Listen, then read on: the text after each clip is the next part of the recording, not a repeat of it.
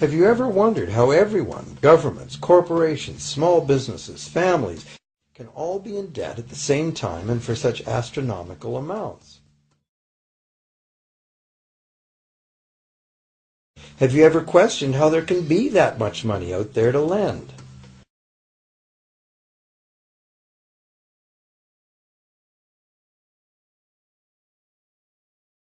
The Federal Reserve really, even though it is not part of the federal government, it is more powerful than the federal government. It's more powerful than the President, the Congress, and the courts. Now, a lot of people challenge me on that, but let me prove my case. The Federal Reserve determines what the average person's car payment is going to be, what their house payment is going to be, and whether they have a job or not. And I submit to you that that's total control.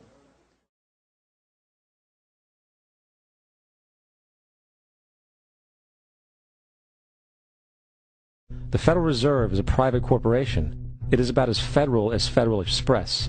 It makes its own policies and is under virtually no regulation by the U.S. government.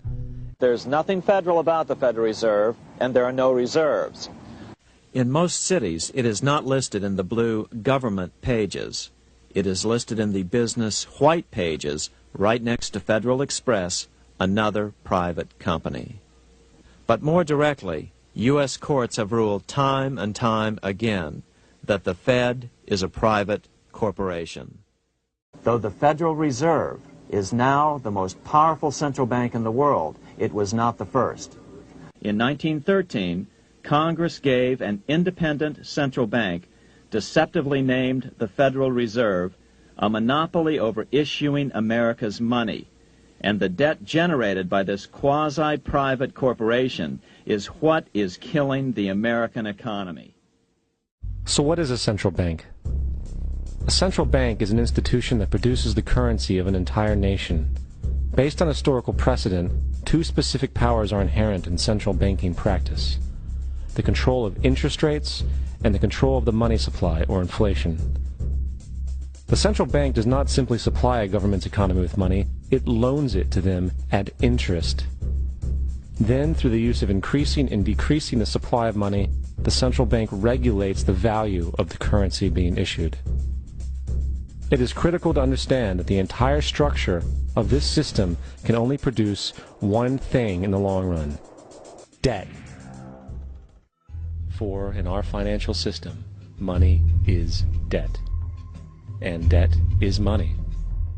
Here is a chart of the U.S. money supply from 1950 to 2006. Here is a chart of the U.S. national debt for the same period. How interesting it is that the trends are virtually the same. For the more money there is, the more debt there is. The more debt there is, the more money there is. Where does the money to pay for the debt come from? It can only come from the central bank again, which means the central bank has to perpetually increase its money supply to temporarily cover the outstanding debt created, which in turn, since that new money is loaned out at interest as well, creates even more debt. The end result of this system without fail is slavery, for it is impossible for the government and thus the public to ever come out of the self-generating debt.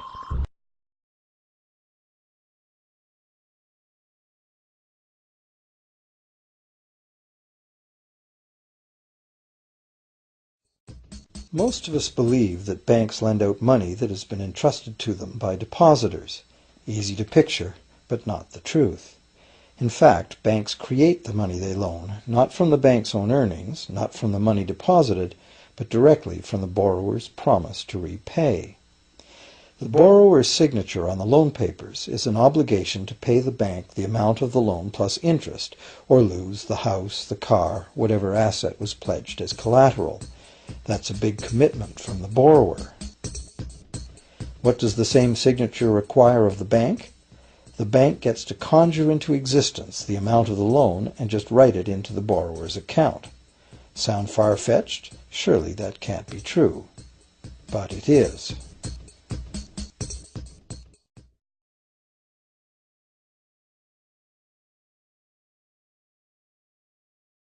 Money is literally created as debt.